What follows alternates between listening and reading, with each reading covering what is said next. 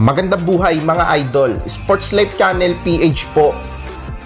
Eto na, ang may init na balita mula sa mundo ng PBA. San Miguel Beermen, palit head coach na.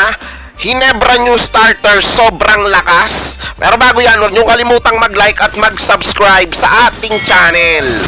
Kagabi sa second game ng PBA, madami ang nagulat at tila ba hindi makapaniwala sa pagkatalong nalasap ng koponan na sinasabing may pinakamalakas na roster ngayon sa liga. Ginulat nga po ng NLEX Road Warriors ang lahat pagkatapos pataubin ang powerhouse team na San Miguel Beermen. Isang malaking come from behind wins ang naitala ng mga taga-NLEX para makumpleto ang malaking upset kontra nga sa Beermen. Noong una, parang tapos na ang laban dahil lumamang na ng malaki ang mga taga San Miguel. Pero dahil sa tulong ng import at ng ilang local players ng Road Warriors, nagawa nilang basagin unti-unti ang malaking kalamangan ng mga taga San Miguel. Umabot pa sa overtime ang laban. Kaso nga lang ramdam na talaga ang unti-unting pag-collapse ng Beermen sa winning time dahil sa naging pagkatalo sa unang laban ngayong Commissioner's Cup. Marami tuloy ang napapataas ang gilay sa naging performance na yon ng San Miguel Beermen. Sinasabi ng ilan at ng mga pumupuna, wala naman daw masama sa roster ng San Miguel na kung titignan, halos nasa kanila na nga ang pinakamalalakas na players ngayon sa liga.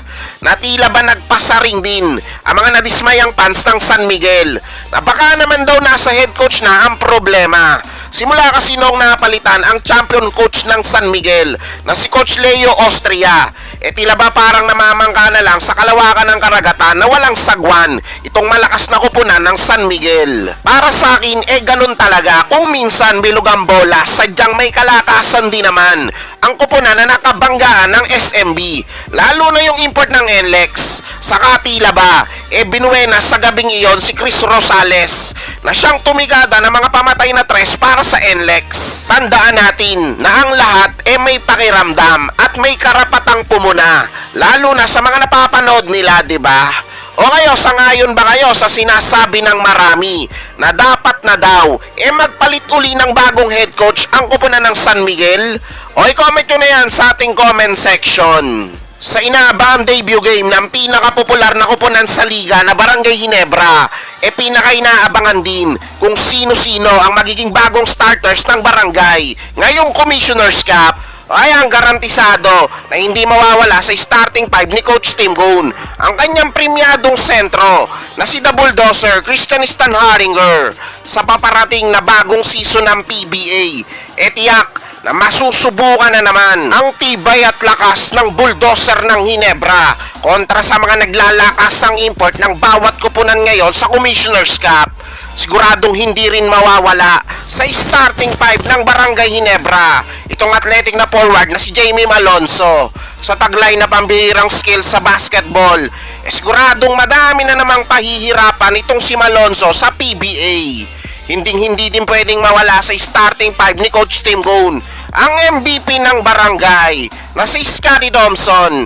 Pagdating sa hustle at sa tila ba hindi naubos na energy sa loob ng court, siguradong magugulat at mapapahanga na naman tayo sa mga kakaibang ipapakita ni Scotty Thompson sa panibagong season ng PBA sa pagkawala ni Jeremiah Gray bunsod ng injury.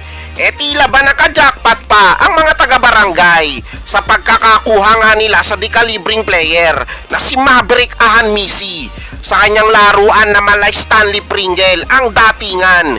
Masasabing naka-jackpot talaga ang mga taga-barangay Ginebra sa pagpitas nga kay Maverick. Inaasahan din na itong si Maverick Ahanmisi makakasama sa starting five ni Coach Tim Goon sa pagsisimula ng Commissioner's Cup.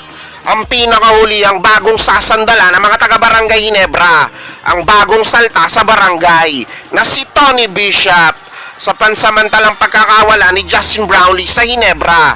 Isang malaking pasanin ang nakahata ngayon sa bagong import ng Ginebra na si Tony Bishop bilang reinforcement ngayong Commissioner's Cup. Inaasahan na itong si Tony Bishop ang mangunguna para nga dito sa Barangay Ginebra. may ibubuga naman itong si Bishop. Syempre, para sa mga fans, hindi may iwasan na pagkumparahin silang dalawa ni Justin Brownlee.